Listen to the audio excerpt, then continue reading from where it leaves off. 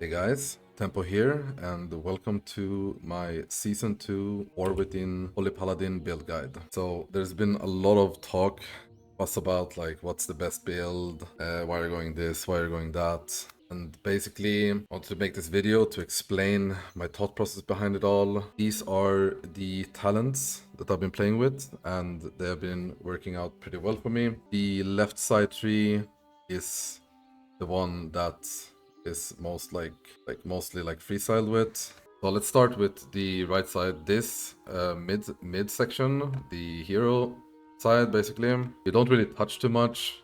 I mean, you could play like either of these, but this one requires more brain power, basically.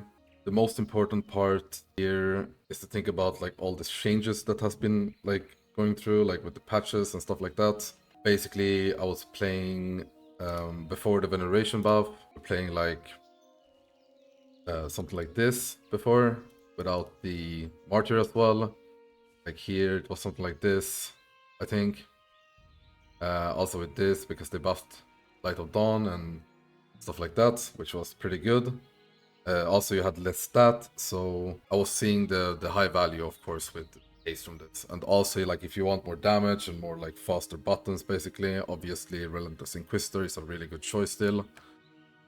Although now with like the high boost in eye level and stuff like that, I don't really see the like that Relentless Inquisitor is worth 2 points now over other stuff, because like these other points are so valuable in my opinion. So this is the build basically. Let's go through it a little bit. The changes that have been made is that we're going Crusader's Might, Veneration, all the time Righteous Judgment pretty much. There are occasions where I take it away. If I feel like the group has damage enough and you want to play it a little bit more safe, you can go Glistering Radiance for specific dungeons such as Darkflame Cleft.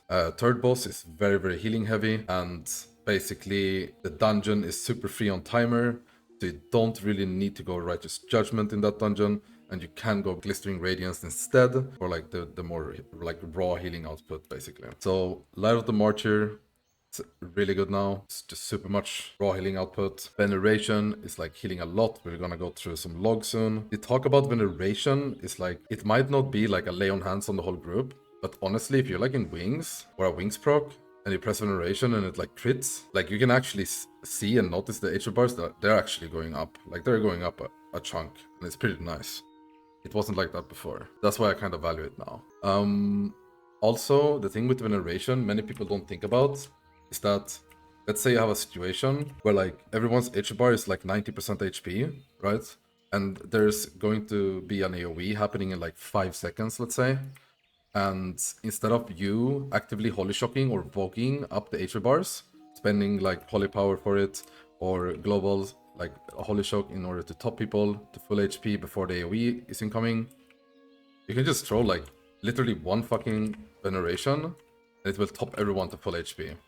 So when you did this, you did damage to the boss or the target, and you topped everyone in one global, instead of you having to press like, let's say 2 holy shocks and 1 wog. That is 3 globals in order to top these HPs. And then you can spend like a righteousness instead, save like pool holy power in for the AoE, like basically save holy power into the AoE, so you have more better ramp into the AoE basically. And also you can like dish out 1 or 2 holy shocks into the boss instead, or the target, then or save like holy shocks for the AoE as well. So this is why I value Veneration like a lot, like at least one of the big reasons. Also, if there's like a target that is like, let's say everyone is like full HP and there's one guy dropping, and he's not really taking any like super lethal damage next global, so you don't like, you don't have to prioritize like a Vogue or like a solo Holy Prism on it, or like a fucking Lay or something. Usually if you throw like a Veneration in that moment as well, this Veneration will actually top this person like almost full HP, because all that healing goes into him. Then we also have Unending Light and Tyrian Legacy. This actually does a lot of healing. It's like passive healing. So what you do is that you track this proc. Here you have like the Judgment cooldown of the buff, like this one, and then also the duration of Imperial Legacy. So if you would now Word of Glory, let's say once, you would dish out a free Light of Dawn out of your body. So try to track this and play around it. It is super strong, especially if you have Unending Light backed up to max as well, which is kind of easy to do, like without thinking about it too much. It's like an automatic thing, pretty much, like spend Holy Power and you like bog people. Then like when you Judgment, then actually in for the AoE, you do one more Vogue, and that Vogue will dish out the Light of Dawn, which is like super empowered and will literally top the whole group if you're stacked. There's a lot of situations where you're like stacked in this like dungeon meta, so I value it super highly as well. Now, this goes without saying, Crusader's Might is super nice now after all the buffs and stuff like that, how like the meta changes, how like our abilities, like priority changes. Like Crusader's Might has a super high value in this season for sure right now. It's a really strong talent, especially like it goes hand in hand with so many things. Like there's so many things, not only damage wise as well. Like you get more righteousness, judgments out, like free consecration. Like every time you judgment, there's a free consecration on the ground. It also has synergy with Golden Path. Even though I've been playing around with a little bit with Selfless Healer. Selfless Healer is like kind of strong. Strong, like it is good like when you're actively doing that Holy Light, especially if it's empowered as well with like a prism, infusion of light prop. Then you do like that Holy Light on someone and like boom, you heal yourself also for like 300k or something, right? So, or if it crits, like you also heal yourself for like 600k. Pretty strong. But yeah, it has like a good synergy with it. Also like rotational wise, when it comes to like Crusader's Might, try to go into the pack like Guardian Consecration, Holy Prism. You could do like a Righteousness before if you want. It feels, you need to feel the situation a little bit, but usually it's gonna be like you want to like min-max this, it's like a Holy Shock, Judgment, into Crusader Strike, into Righteous, into Holy Shock, into Righteous, into Crusader Strike, into Judgment, right? And this also varies a little bit. If you have like a Visitor, for an example, if you're in Bloodlust, if you have Wings, you have a lot of like Dawn Lights out, right? And where is this haste now? This Solar Grace, for an example, 8% haste. That's also a big thing to consider. If you have all of these haste things and your haste like super high, then it might be like a Judgment before the second Crusader Strike in this rotation and stuff like that. It depends, right? Everything else goes without saying, I think. Like, there are mandatory nodes such as like Reclamation, like the Wings, obviously, Wings proc, like Summers. I guess maybe a little bit of a discussion is like Glorious Dawn, Truce Prevail, Glistering Radiance. Like, what do you do at this point, right? Or you could go like, instead of Veneration, you could maybe go Truce Prevail, go Glistering Radiance. Honestly, I don't know. This like last point here is like something that I feel like can be freestyled, sure, but Glorious Dawn is like, I think it's like a really strong talent. Let's say, like for example, if it was like 10% healing increase for Holy Shock only, and not like the reset part, then I would probably consider like going Truce Prevail or Glistering Radiance. But since it also has the function to reset your Holy Shocks, and it happens pretty frequently as well, I feel like this talent is just maybe not a must, but I prefer at least playing with it. Also, like if you're like forced out of the pack and you need the Holy Shock and like be the ranged Holy Paladin kinda, this one shines a lot that moment as well. Although Glistering Radiance does like kind of okay healing, and Truth Prevail does like kind of the same. Like these two I've been checking out some logs, right? We'll go through it soon. It's like almost the same, but the thing is like also like mana issue. Like this one helps your mana. I don't really need to drink like ever in dungeons. Like almost like maybe 1 out of 100 time. Even like 4 or after third boss in DFC. Like 19, I don't have to like drink. They're like 20% mana, 30% mana. So I don't really think there's a mana issue here. Also, Glorious Dawn, why I also like super highly value it, is it works with your Divine Toll as well. Like, let's say now I'm like Holy Shocking, right? Then I Divine Toll, you see, it resets on Divine Toll as well. You see, there it reset again, and it reset again, right? So now in one rotation, it like reset 2 times. Divine Toll makes it reset also. Not only this, you're stronger outside of cooldowns, and you're also stronger inside of cooldown, right? Like when you Divine Toll, your Divine Tolls become also like every Holy Shock is like 10% stronger inside the Divine Toll as well. So I do think this build is really good. Although it's like mid-season, it's not like super late into the season. We have a bunch of months left. There could be like some tech that I'll be thinking on later. Who knows? But for now, this is really good. Could maybe take away Veneration in Priory and go for like Tyrion's Devotion, for example. I've been thinking about it, because I do think in Priory, Tyrion's Devotion is probably pretty good. Then you could also play with Tyrion Ward, right, with the Bob. But altogether, like, this is like the thing. In Theater of Pain, I do go Virtue. So this is the only thing I change, and it's the only dungeon I go Virtue in. Because I think in Theater of Pain, Virtue is the stronger one.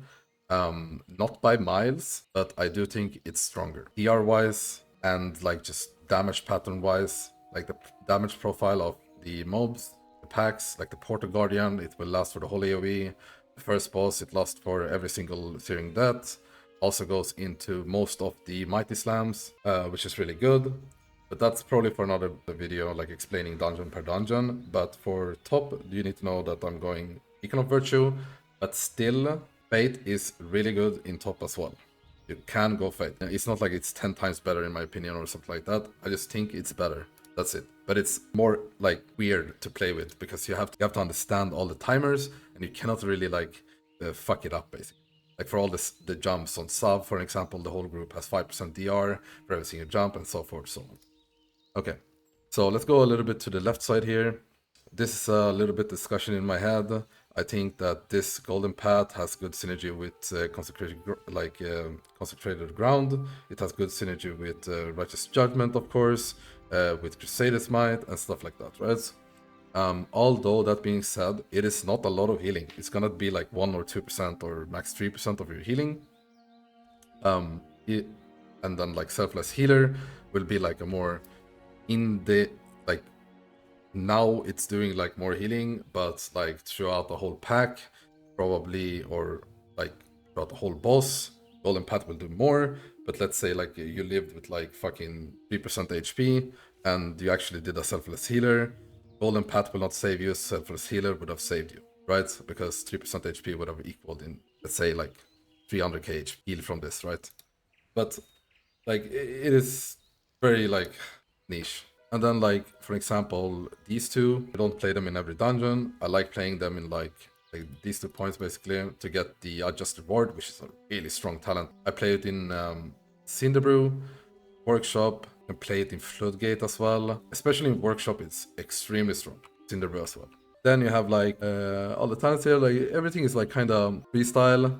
Not everything, but I feel like Fist of Justice is like super high value. You could go like Imperial Ward, like let's say in Priory or some dungeons.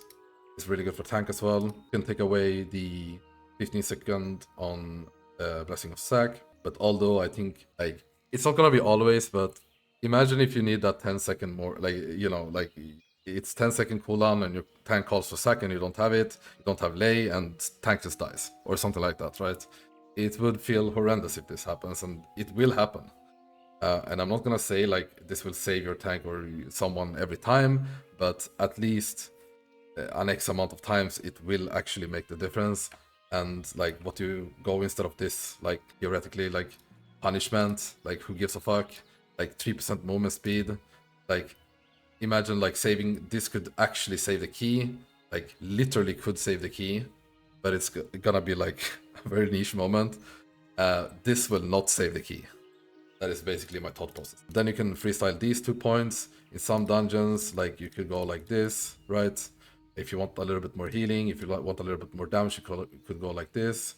If you want more speed and you don't give a fuck about healing, you go like this. If you completely neglect what I said about sack, then you could maybe go this as well. In Theater of Pain, I don't go this one. I go this, and I go for Insta Turn Evil. So in Theater of Pain, I go like this. So basically my thought process here is you kind of want the spell for the workshop area. You could also go Bob cooldown if you want CDR. Like this is also fine, to be honest. But basically like Turn Evil is super important. So basically Turn Evil is like this niche thing that I don't think many people are playing. So this is like basically kind of the top build. Turn Evil will basically, and with this talent, it's an insta cost. So Turn Evil will basically CC or interrupt every mob in entire Theater of Pain, except these Soulbinders. It's the ones that do the volley. Every other mob is CCable and interrupted by Turn Evil. You can even on Gore Shop here, you can Turn Evil the jumpers. if you turn evil them mid-air, I'm like 99% sure, if you turn evil them in the air and they actually jump on someone and hit the jump on someone while being CC'd, same goes for Hodge, they will not do any damage. And I've saved a bunch of keys from like the AoE from these guys by us not having any more stops and just turn eviling last second and like saving the whole fucking group from getting one-shotted. Same goes for bone maguses, you can stop the bone spears with turn evil base. Okay, so here I have a little bit of log between me and Elismir, basically. This is not like a super high key obviously, but I just had like one that I could compare with. It's a 17 fluid. You can actually see here on the healing breakdown that we have very much identical healing profile. Almost everything is super identical, except a couple of things. So here you can see Truth Prevails is one thing I don't play with in this dungeon, or any dungeon, and it's doing like about like 1 to 2% of his healing. Like I said, Truth Prevail is like not like that strong. It's like automatic healing, like you don't really think about it. The big difference here is he has pick me up, and I don't, but I just got it. So now like trying pick me up more, and it's actually really strong, like both damage wise and healing wise. Really nice. So like Truth Prevail, and he's not playing with Empyrean Legacy or an Unending Light basically. I'm doing this combo, Unending Light, Empyrean Legacy. And basically here we can see that he casted it manually 29 times and it did 56 million. I casted it manually 2 times, but mine did 80 million. So this is all coming from just passive healing from the proc of this Empyrean Legacy with the Unending Light proc. So it's extremely strong. Basically this Light of Dawns that I'm dishing out just automatically without any effort basically are like doubling his damage from Truth Prevails pretty much. But it is 2 points. And his other point is basically here that's Glistering Radiance, which I'm not playing with. And Glistering Radiance is like kind of okay, it's decent. It's doing like 70 million here. So yeah. And also like the Seal of Crusader, basically you could go either Seal of Crusader or Judgment of Light, or you can go both. But here like I theoretically, if you're like inside the mob or the boss like all the time and hitting it, I think Seal of Crusader will do a little bit more healing. But like if you like a lot of the times in these packs and these bosses, like you're forced to go out a little bit or a lot, and then Judgment of Light will do like slightly more, I guess. Here you can also see that the Veneration is actually kind of pumping. In some of the dungeons it's even gonna do even more. It has like not that much overhealing, and it's pretty good. But yeah, I also checked out some other stuff. Like let's say now if I played without Glorious Dawn, for example, it would be 10% reduced from this number right here, let's say. So let's round it up to like 50 million, right? So 50 million contra, let's say you would play with, for example, Truth Prevails instead of Glorious Dawn. It would then mean that it would be kind of similar to these two numbers right here combined, right? The healing that you do to yourself and the healing that you will split into others, basically. But then also like Glorious Dawn has this reset factor that also will guarantee that your Divine Toll is stronger while you're actually pressing it, which is in itself a stronger talent in my opinion. Not only this, just the pure like niceness of it all, having that chance of it resetting, which happens quite frequently, and it's just really nice when it happens, and it's fucking sucks when it don't. Like many times, like I said, you're forced out of the boss or the pack, and maybe you're not fully able to like dish out that Crusader strike in time, and like you cannot reduce your Holy Shock, and you don't have a Holy Shock, and maybe someone dies because you can't do it. And many times like this reset actually will save a situation, make it more consistent, and like just an overall nicer feeling while you're healing, and like rotation wise making things safe basically. So here we have a example of a boss fight, and it's the third boss in EFC, and it's probably the hardest boss to heal this season. I think Big Mama is also really hard to heal, and third boss, like the swamp boss in Floodgate as well. Even like last boss in Floodgate is also kind of hard to heal. But for sure, these 3 bosses are like the hardest. Arguably, this one is kinda the hardest, I guess, out of the 3. But not like a mega big margin or whatever, but it's probably like the hardest. Like here, I have had people asking me how do I heal certain fights, like what do I think about, what do I do. So already off the bat we can see that I'm saving a springs for this fight in order to have like a double springs going into this fight, like you will see soon that at like around 30% of the boss HP, I will have another springs coming up. And I think this is very good. And also, if you can force this to happen, but just naturally in the dungeon, you will have a springs coming up here if you put the thing on cooldown most of the time. So now you'll see that I am prepping for the fight. I'm springsing. The springs could be used a little bit later, like 10 seconds later. So it's like a little bit situational, I guess. You can see that I dish out a like basically before here, you can see that it's gonna be a Holy Prism before the wings, basically. So here we're gonna see like saving the springs for this fight, Holy Prism, Bog myself, get the Dawnlight on myself, then wings. You could also do a double Dawnlight before wings. Basically why you do this is because wings will extend your Dawnlight and you will have a longer Dawnlight if you do so. But it is not super needed for like medium keys or like low keys or whatever, but it is sufficient if you do it. Sometimes, you know, your brain lags and you will not do it, I guess, but if you can try to do that, it's really good. Here I'm also screaming don't press defenses because I'm in wings. I have a wings proc coming up. Here I'll also soon AM probably dish out a Holy Light with the Divine Favor proc from Holy Prism.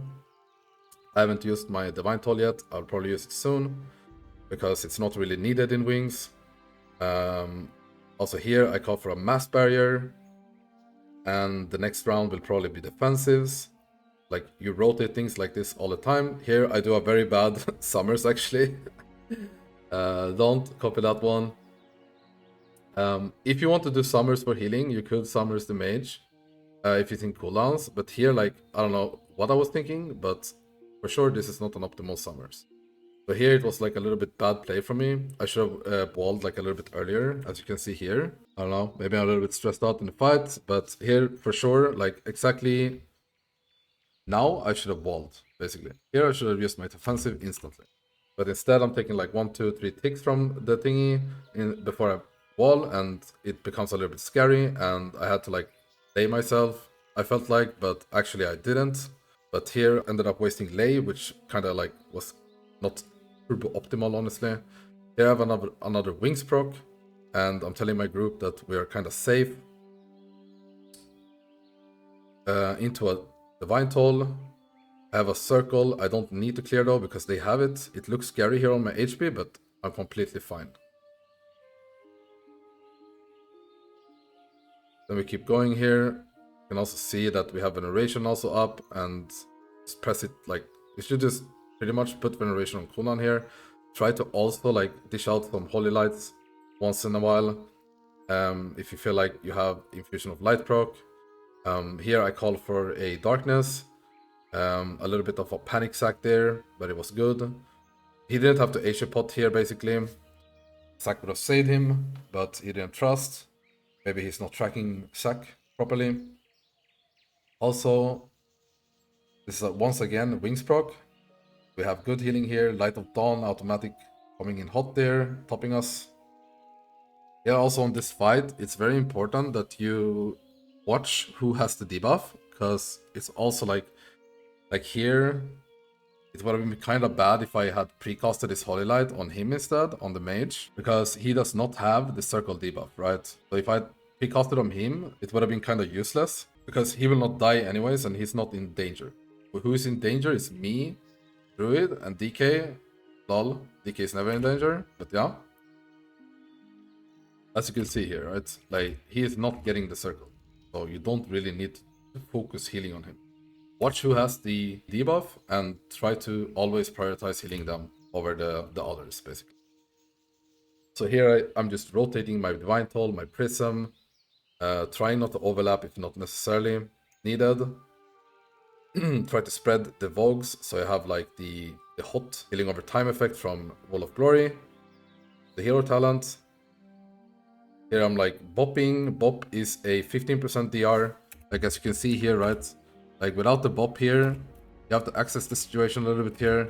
Here I know that I don't have Prism, I don't have Divine Toll. My Springs is coming up in 8 seconds. I'm kind of dry, no HP pots, no nothing. We don't really have much, right? So I noticed this and I bopped the Druid. He also has the debuff. And it's actually ending up saving his life here, because the next tick here would have actually killed him if I didn't bop him. So you need to be aware of when and how to use bop as well during these fights. It is a 15% DR for like about 18 seconds. So here you can see it like being a little sketchy. I get my springs up, I get my Holy Prism, I also bubbled here. It should be a bubble sack, but I had to sack earlier. And now when I have springs, prism, it's omega safe, right? Here also I'm gonna say AMS, and after the AMS it's gonna be a mass barrier. I'm probably gonna AM as well just to make it safe and nice. And also like pre-casting that Holy Light with the procs on like usually like a squishier target or someone that is dire need of it. So now like the prism comes in hot and we're omega safe. Here we're a little bit less healing for a little bit. Then it's gonna be like wings proc, wings. Also have summers coming in hot, but it's a weak summers. Usually on this fight you will be a little bit dry sometimes, and you need to acknowledge this and like try to like think what to press actually on this fight. In between everything. Don't be like scared, because like there's not really anything happening. Like as long as you don't die from this circle, it's always gonna be fine. Because like if you clear all the candles, like you will not be in danger for another like at least like 3-4 seconds or whatever, and that is plenty of time in order to heal the healing absorb and make the group safe, right? Like here I'm not even healing myself, I'm just pressing wings proc. Like I'm like chilling for like 2 seconds and then I woke, because I know there's no damage incoming, right? So now it's wings again and we're omega safe, chilling as fuck, and I can play this fight for another like 30 seconds, right?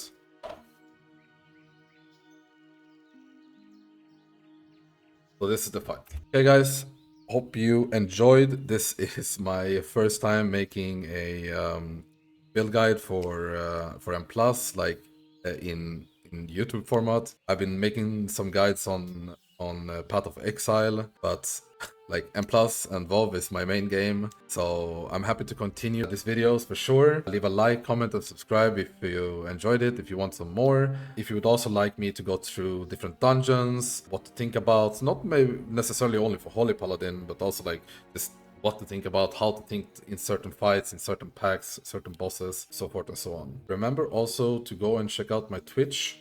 It's linked down below. So yeah, hope you guys enjoyed, and I'll see you guys in the next one.